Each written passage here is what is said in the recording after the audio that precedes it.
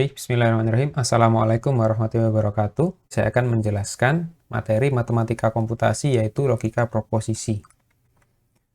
Yang pertama, pengertian dari logika ya. Logika adalah dasar penalaran. Penalaran dalam KBBI adalah cara berpikir dengan mengembangkan sesuatu berdasarkan akal ya, bukan dengan perasaan atau pengalaman. Pelajaran logika ini difokuskan pada hubungan antar pernyataan atau statement. Ya, contoh, Dino adalah mahasiswa UB. Semua mahasiswa UB pandai, maka Dino orang pandai. Ya. Nah, nanti perlu diperhatikan bahwa logika itu tidak harus memperhatikan isi kalimat. Ya. Jika diketahui bahwa dua kalimat pertama di atas benar, ya, contoh yang di atas ini, maka kalimat ketiga harus benar. Nanti kita akan pelajari penarikan kesimpulan. Ya, intinya kita juga harus memperhatikan bahwa yang perlu kita perhatikan adalah nilai kebenarannya, ya, bukan isi dari kalimatnya. Ya. Jadi yang penting adalah nilai kebenarannya. Oke, selanjutnya ada yang namanya proposisi. Ya, apa ini proposisi? Proposisi adalah kalimat deklaratif ya, kalimat deklaratif yang bernilai benar atau salah, tetapi tidak dapat sekaligus keduanya. Jadi hanya bisa memiliki satu nilai kebenaran. Ya, dalam satu waktu itu dia itu nilainya benar atau salah saja ya. Tidak mungkin nilainya benar dan salah. Gitu ya.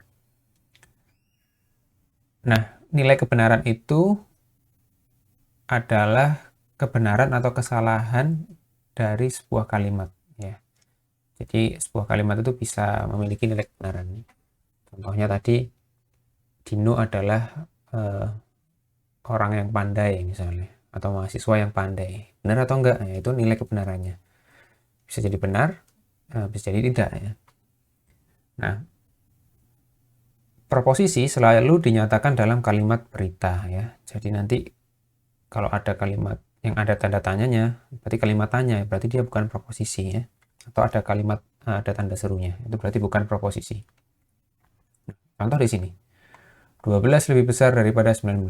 Ini kalimat proposisi nggak? Ya. Dia kalimat proposisi ya. Cuman nilai kebenarannya apa? Nilai kebenarannya false, salah ya. Serahkan uangmu sekarang. Nah, ini kan apa ini? Kalimat perintah, bukan proposisi. Yang ketiga ada kalimat tanyanya. Berarti ini bukan proposisi ya. 4 adalah bilangan genap. Nah, ini kalimat berita dengan nilai kebenaran benar ya, dan seterusnya. Nah, ini ada X lebih besar dari 3. Ini benar atau enggak ya? Nah, X-nya kan kita nggak tahu ya. X-nya kita nggak tahu, sehingga ini belum bisa dikatakan kalimat proposisi ya. Karena bisa bernilai benar ya, juga bisa bernilai salah ya, tergantung X-nya.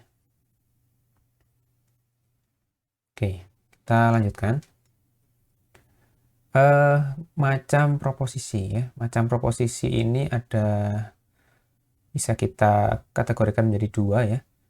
Yang tidak memuat penghubung atau dinamakan dengan proposisi atomik ya, primitif.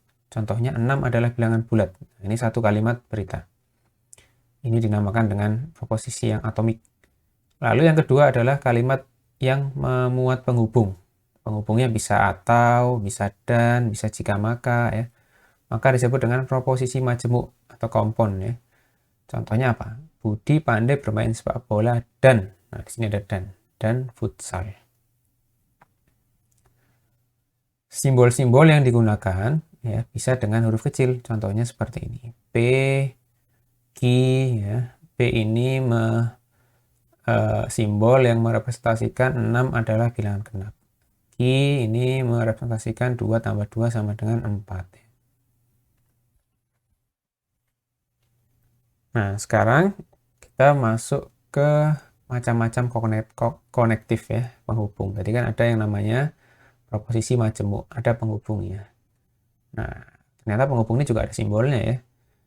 Not negasi ya, seperti negatif ya. Seperti simbol negatif. And atau konjungsi ini ya,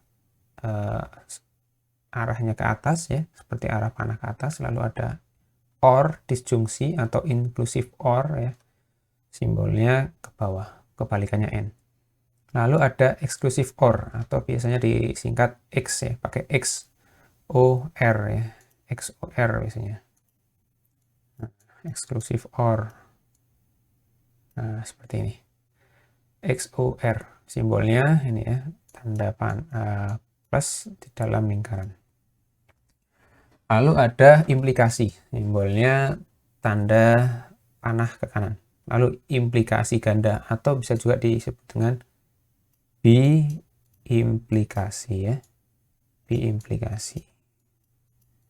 Nah, simbolnya tanda panahnya kedua arah kanan dan kiri. Nah, sekarang kita masuk ke operator ya. Operator logika tadi ya. Ini bisa juga dinamakan dengan operator ya.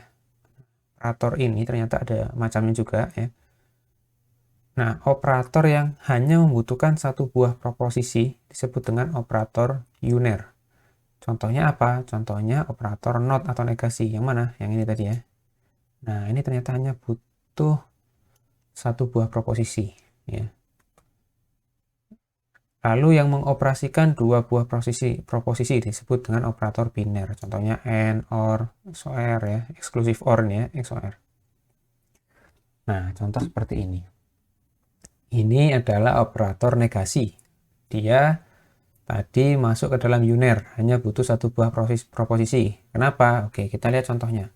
Budi seorang mahasiswa. Nah, sudah cukup ya dengan satu buah proposisi ini bisa kita negasikan menjadi Budi bukan seorang mahasiswa. Nah, kita tidak perlu lagi ada satu proposisi ya. Hanya butuh satu proposisi, kita bisa langsung negasikan ya, menjadi kebalikannya. Nah, kalau kita lihat tabel kebenarannya, ya, tabel kebenaran yang isinya nilai kebenaran ya. Kemungkinannya, perhatikan kalau kita punya satu variabel yaitu P, maka kemungkinannya adalah 2 pangkat 1. Ya, itu ada dua. Yang pertama 0, yang satunya 1 atau satunya false, satunya true ya. Sehingga isinya seperti ini. P itu bisa 0, bisa 1 atau kebalikannya bisa 1 bisa 0. Sehingga kalau dinegasi menjadi ya kebalikannya, yang 0 jadi 1, yang 1 jadi 0. Ini negasi. Contoh kalimatnya seperti ini ya. Budi seorang mahasiswa menjadi Budi bukan seorang mahasiswa. Nah, sekarang kita masuk ke yang konjungsi and atau dan. Maksudnya ini ya. And sama dan. Bukan yang atau ya. Atau ini disjungsi ya. Perhatikan yang and sama dan. Nah, kita lihat konjungsi itu kan dia masuk ke yang biner, butuh dua proposisi.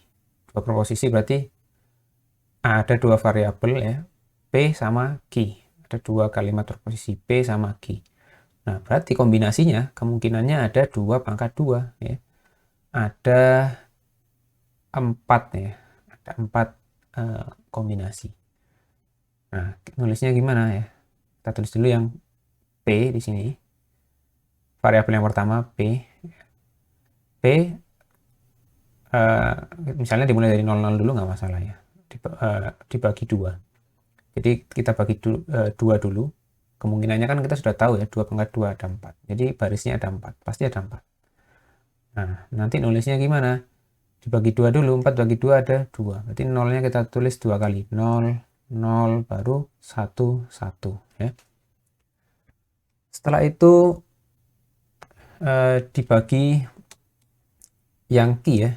Nah, kalau yang tadi sudah dibagi 2, yang Q sekarang dibagi 4 ya, dibagi 4.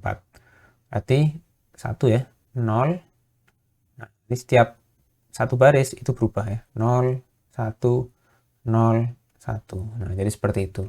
Nah, nanti kalau misalnya ada 3 PQR, berarti ke bawahnya ini ada berapa baris? Berarti ada 2 pangkat 3, ada 8. Ya, ada 8, 0. Nah, 8 dibagi 2 berapa? 4. Berarti 0, 0, 0, 0. Nanti di sini 1, 1, 1, 1 ya. Lalu dibagi 4, 2. Berarti 0, 0, 1, 1, 0, 0, 1, 1. Nah, nanti yang ketiga, selanjutnya ya 0, 1, 0, 1, 0, 1 ya. Dibagi 8. Ya. Oke. Karena ini hanya ada 2, berarti 2 pangkat 2 ya, 4 ya. Hanya ada 4 kombinasi ya kemungkinannya. Jadi 00, 11, 01, 01. Nah, kita lihat di sini ya. Konjungsi ini menggabungkan dua kalimat ya. Karena kalau kita membuat suatu kalimat dengan menghubung dan, itu kan pasti nggak mungkin berhenti di satu kalimat ya. Misalnya, Andi suka makan bakso dan, kan nggak mungkin ya. Dan apa gitu ya.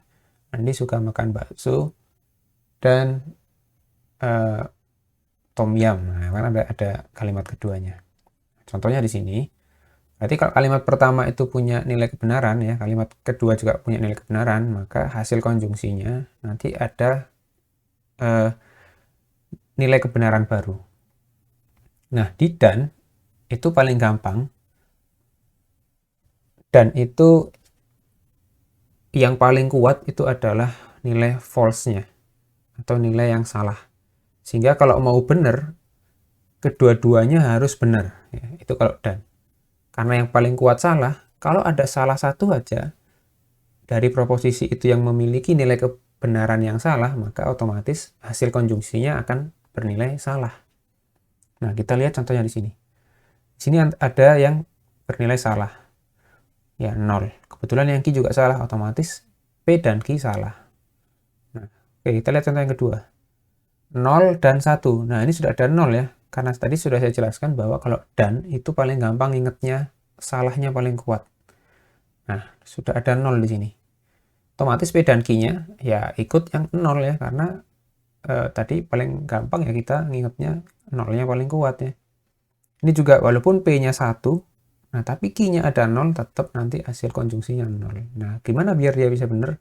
Dua-duanya harus benar ya. 1 dan 1, maka hasilnya 1. Nah, jadi seperti itu. Contoh ini ya. 17 adalah bilangan prima. Ini P. Q Malang adalah ibu kota Jawa Timur. Nah, ini ya perhatikan tadi di awal sudah saya jelaskan bahwa isi kalimat itu tidak harus istilahnya sesuatu yang berkaitan ya. Yang penting nilai kebenarannya. Bilangan prima sama ibu kota Jawa Timur kaitannya apa? Nggak ada ya. Nah, tapi kita bisa ambil nilai kebenaran di sini ya. Nilai kebenaran dari konjungsi. P dan Q sama dengan ya, P dan Q sama, ini maksudnya gini. Cara membaca P dan Q di sini adalah 17 adalah bilangan prima ya. Ini bukan sama dengan, maksudnya P dan Q sama dengan 17 bukan ya. P dan Q cara membacanya adalah 17 adalah bilangan prima dan ya Malang adalah ibu kota Jawa Timur. Nah, di sini nilai kebenarannya ya adalah salah ya, adalah salah. Ya. Bisa diambil diambil nilai kebenarannya, hasil dari konjungsi, hasil dari konjungsi dan tadi. Walaupun tidak nyambung ya bilangan prima sama ibu kota Jawa Timur. Di sini kita lihat Malang ini kan bukan ibu kota Jawa Timur ya, otomatis salah. Nah, kalau kita tahu Q-nya udah salah, nah P-nya nggak perlu kita lihat pun nggak masalah sebenarnya, pasti nanti hasilnya salah. Jadi seperti itu. Nah, sekarang ternyata konjungsi ini bisa kita negasikan. Bisa ya, karena negasi hanya perlu satu buah proposisi, sehingga kalau konjungsi itu kita negasikan itu sama dengan kita menegasi ya di dalam kurung seperti ini hasil dari konjungsi. Misalnya negasi dalam kurung P dan Q. Nah, negasi dari konjungsi itu ternyata ekivalen dengan ya, misalnya kita punya P dan Q, kita negasikan itu ekivalen dengan negasi P atau negasi Q. OR, pakai OR atau disjungsi. Nah, apa yang dimaksud dengan ekivalen? Ekivalen itu artinya dia memiliki nilai kebenaran yang sama. Ya, memiliki nilai kebenaran yang sama ya ketika nilai kebenaran dari variabel yang dioperasikan ya dengan operator tersebut itu sama. Contohnya seperti apa? P sama Q. P-nya benar, Q-nya benar. Ketika P-nya benar, Q-nya benar, kita masukkan ke negasi dari konjungsi P dan Q. maka hasilnya adalah salah di sini ya. Kita lihat dulu yang ini ya. Kita lihat P, Q benar-benar. P dan Q itu kan harusnya benar ya, tapi karena dinegasi, maka negasi dari benar adalah salah. Sekarang kita masukkan ke negasi P atau negasi Q. Nah, kita belum belajar yang OR ya. Tapi saya kasih tahu di sini ya. Kalau OR itu yang paling kuat true-nya ya. Salah satu saja true, maka dia true. Jadi kebalikannya dari konjungsi. Tapi kalau dua-duanya salah, dia baru salah. Oke, kita lihat di sini negasi P benar, berarti kalau P-nya benar, negasi P-nya kan salah. Salah OR ya, diataukan atau disjungsikan dengan negasi Q ya, Q-nya benar, jadi salah OR salah ya salah. Nah, ini ya. Dengan kondisi P Q-nya benar-benar, dia sama-sama menghasilkan salah. Sampai semua kombinasi itu dikerjakan, hasilnya pun juga sama. Ya, ini dinamakan dengan ekivalen. Dia memiliki nilai kebenaran yang sama. Nah, jadi paling gampang menghafalnya ketika nanti ketemu kasus negasi P dan Q, mau kita ubah ke dalam bentuk disjungsi, maka kita bisa langsung jabarkan ya, dan kita ubah bentuknya. Jadi negasi P dan Q itu nanti jadinya negasinya dimasukkan ya, seperti kalau perkalian ya ketemu dengan penjumlahan gitu ya. Di dalam kurungnya ini penjumlahan ya, di luarnya ini dikali misalnya. Negasinya jadi kan masuk ke P, jadi negasi P terus dengan negasi Q. Nah, negasi P sama negasi Q ini dihubungkan dengan apa? Dihubungkan dengan kebalikannya konjungsi ya. Berarti hasilnya adalah negasi P disjungsi negasi Q. Nah, ini ekivalen. Jadi nanti mau diubah ke bentuk ini, itu hasilnya pasti sama. Oke, itu paling gampang ya cara menghafalnya. Nah, sekarang yang disjungsi ya, atau OR ya. Nah, ini sudah saya jelaskan tadi ya di slide sebelumnya. Yang paling dominan adalah nilai true-nya. Jadi kalau ada salah satu saja yang true, dia true. Tapi kalau kedua-duanya false, maka dia false. Ini contoh kalimatnya. Budi seorang mahasiswa, P, Joni seorang sarjana hukum. Q. P atau Q berarti Budi seorang mahasiswa atau Joni seorang sarjana hukum. Nah, dia juga punya ekivalen ya ketika dinegasi. Ternyata ini sama dengan yang negasi dari konjungsi. Sehingga kalau kita mau menghafal pun akhirnya mudah ya. Tinggal kita ubah saja yang awalnya konjungsi menjadi disjungsi, atau yang awalnya disjungsi menjadi konjungsi ya.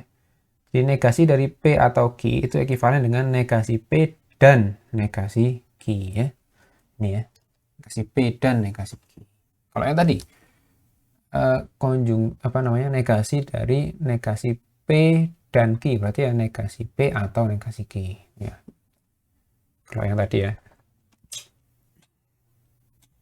Sekarang exclusive OR. Exclusive OR ya. Kalau mungkin pernah dengar exclusive OR itu beda setangkup ya, beda setangkup. Beda setangkup itu dia bernilai benar ya jika nilai antara proposisinya itu berbeda. Jadi misalnya P0 Q1 itu benar. P1 Q0 itu berarti benar. Nah, tapi kalau kedua-duanya itu salah atau kedua-duanya itu benar, maka itu akan bernilai salah ya, seperti pada tabel kebenaran yang ada di slide ya. 000 ya, 011 101.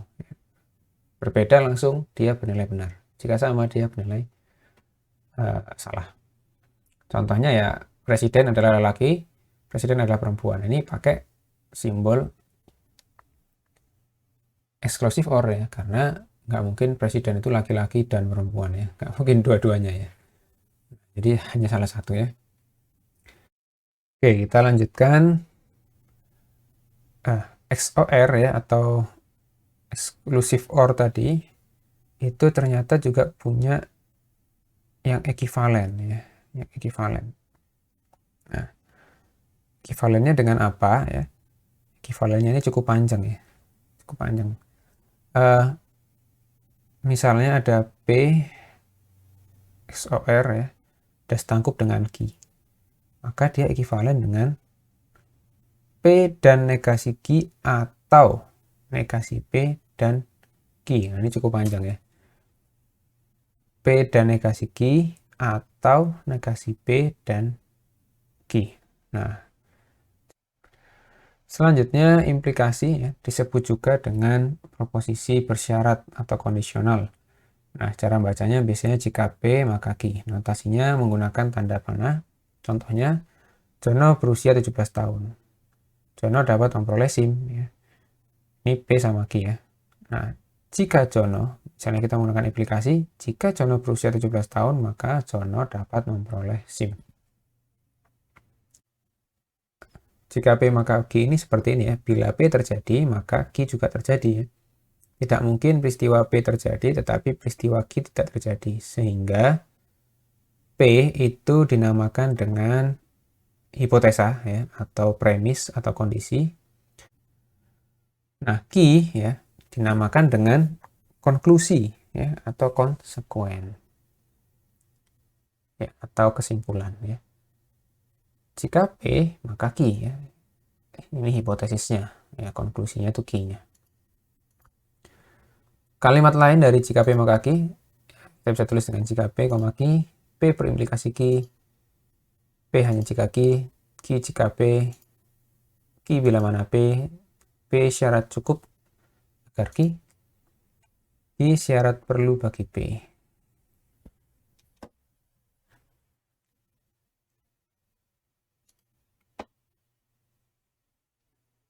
Nah, ini tabel kebenaran implikasi. Nah, implikasi ini juga memiliki ekivalen ya. Ekivalennya dengan negasi P atau Q ya. P implikasi Q ini ekivalen dengan negasi P atau Q. Kondisi perlu dinyatakan oleh konklusi. Kondisi perlu, konklusi ya, Q-nya. Nah, kondisi cukup dinyatakan oleh hipotesisnya, P-nya tadi ya. Nah, contoh di sini, Jono adalah supir, Jono mempunyai SIM. Jika Jono adalah supir, maka Jono mempunyai SIM. P syarat cukup agar Q, Q syarat perlu bagi P. Nah, varian dari implikasi ternyata ada 3 ya. Ada 3 ya, benar ya. Converse, inverse, sama kontraposisi. Converse dari implikasi P implikasi Q adalah Q implikasi P. Tinggal dibalik, ini dinamakan dengan converse, kebalikan. Lalu inverse dari P implikasi Q adalah negasi P implikasi negasi Q. Ya, tinggal dikasih negasi P sama Q-nya. Kalau converse tadi dibalik, P implikasi Q jadi Q implikasi P. Sementara kontraposisi itu dikasih negasi sama dibalik ya. Ini dinamakan dengan kontraposisi. Negasi Q implikasi negasi P. Nah, contoh kalimatnya gimana? Jika Amir punya mobil, maka ia orang kaya ya. P-nya Amir punya mobil, Q-nya ia orang kaya. Maka kalau kita converse, ya, tinggal dibalik. Jika Amir orang kaya, maka ia punya mobil. Inverse-nya tinggal dikasih negasi. Jika Amir tidak punya mobil, ya, Amir tidak punya mobil, maka ia bukan orang kaya. Ya. Kontraposisinya dibalik dan dikasih negasi. Jika Amir bukan orang kaya, maka ia tidak punya mobil. Kita lihat tabel kebenarannya. Nah, converse ya. Converse ini dia ekivalen dengan apa? Dengan inverse-nya ya. Converse ekivalen dengan inverse-nya. Gampang ya hafalnya ya. Converse ekivalen dengan inverse, converse inverse. Lalu implikasi ekivalen dengan kontraposisinya ya. Implikasi ekivalen dengan kontraposisinya. Nah, implikasi tadi juga ekivalen dengan negasi P atau Q ya. Ya. Negasi P atau Q. Nah, sehingga kontraposisi dari implikasi juga otomatis ekivalen dengan negasi P atau Q tadi. Kita masuk ke yang biimplikasi ya. Biimplikasi ini jika dan hanya jika ya. Tabel kebenarannya ini kebalikan ya. Kebalikan dari apa tadi ya? Kebalikan dari exclusive OR. Kalau exclusive OR itu, kalau dia sama nilai kebenarannya, P sama Q-nya, dia bernilai salah ya. Tapi kalau diimplikasi, kalau sama-sama salahnya atau sama-sama benarnya, itu malah nilainya 1. Kalau salah satunya itu salah, atau salah satunya benar, atau berbeda lah intinya ya, maka dia bernilai salah. Ya, ini implikasi. Oh ya, yang implikasi tadi belum dibahas ya. Yang implikasi tadi, dia semuanya bernilai benar. Kecuali ya, jika P-nya atau syarat syarat cukup ya. Nah, tadi ya, saya agak lupa juga. Nah, ini ya. Syarat cukup. Nah, tadi. Nah, P syarat cukup agar Q. P syarat cukup agar Q ya. Ya, kondisi perlu dinyatakan oleh konklusi, kondisi cukup dinyatakan oleh hipotesis. Nah, kalau hipotesisnya benar, lalu kesimpulannya itu Q-nya itu salah, maka hasil implikasinya adalah salah. Nah, sementara yang lain itu bernilai benar ya. Sementara yang lain bernilai benar. Jadi kalau P-nya 1, Q-nya 0, itu P implikasi Q-nya 0. Ini implikasi. Sementara kalau P implikasi ini kebalikan dari beda setangkup atau eksklusif OR ya. Dia bernilai benar jika kedua-duanya memiliki nilai yang sama di nilai kebenarannya. Nah, ekivalennya dengan apa? Ekivalennya dengan P implikasi Q dan Q implikasi P ya. Cara membacanya seperti ini, P jika dan hanya jika Q, jika P maka Q, dan sebaliknya. P adalah syarat perlu dan cukup untuk Q. Nah, di sini juga ada tingkat presidensi, ini maksudnya seperti ini ya, prioritas, seperti kalau kita melakukan operasi penjumlahan, perkalian, pembagian, maka yang diprioritaskan, kalau kita ketemu perkalian sama penjumlahan, maka yang diprioritaskan kan yang perkalian dulu ya, atau kalau ada yang dalam kurung dulu. Ini sama ya. Kalau ada negasi, diprioritaskan yang negasi dulu dikerjakan. Setelah itu konjungsi, disjungsi, implikasi, baru IP implikasi. Nah, sekarang misalnya ada soal nih seperti ini. Ini gimana cara ngerjakannya ya? Yang mana dulu yang dikerjakan ya? Nah, kalau kita lihat di sini ada yang di dalam kurung, ya, di dalam kurung ada yang negasi. Maka nanti teman-teman bisa kerjakan ya. Yang negasi dulu ya. Bikin negasi R, bikin kolom negasi R ya. Setelah ada kolom negasi R, baru bikin yang di dalam kurung, kolom di dalam kurung, P dan negasi R ya. Setelah itu baru kolom lagi, hasil dari P dan negasi R kita ataukan dengan Q. Nah, jadi seperti ini hasilnya ya. Jadi nggak usah dicoba ya. Tapi kalau mau latihan silakan. Nah, tadi ya tingkat tingkat presidensi ya. Yang dikerjakan yang negasi R dulu ya. Baru yang P dan negasi R, lalu yang P dan negasi R atau Q. Nah, selanjutnya adalah operasi bitwise. Ya, operasi bitwise ini operasi pada bilangan biner ya. Tipe data yang digunakan boolean, terdiri dari dua konstanta true dan false ya. Operatornya bisa AND, OR, SOR, dan NOT. Dua buah rangkaian bitnya ya, binernya itu sama panjangnya. Dapat dioperasikan dengan 3 operasi bitwise, AND, OR, dan SOR. Contohnya seperti ini. Kalau yang negasi tadi kan hanya butuh 1 ya, negasi 1 sama dengan 0. 1 dan 1 itu kan berarti true dan true, hasilnya true. Nah, misalnya panjang bitnya seperti ini, 100 11 011 01010101 di bitwise dengan n. Nah, kita langsung operasikan ya. Kita harus samakan dulu bitnya, jumlah bitnya ya. Kalau kurang kita tambahkan 0 di depan seperti ini. Jangan nambahkan 0-nya di belakang, nanti hasil akhirnya beda ya. Seperti pernah saya jelaskan di materi bilangan biner. 111N ya, 100, 010, 100, 111, 000, 010, 100. Ini hasil bit mas N ya. Yang OR ya tinggal 111 ya, kebalikannya. Yang SOR dia bernilai benar kalau beda 101 ya, 011, 11 ini sama berarti 0 dan seterusnya. Oke. Silakan kerjakan tugas ini ya, dikumpulkan nanti di e-link. Saya akan berikan link untuk pengumpulannya. Ya, kalau ada pertanyaan silakan ditanyakan di grup. Oke, saya akhiri. Assalamualaikum warahmatullahi wabarakatuh.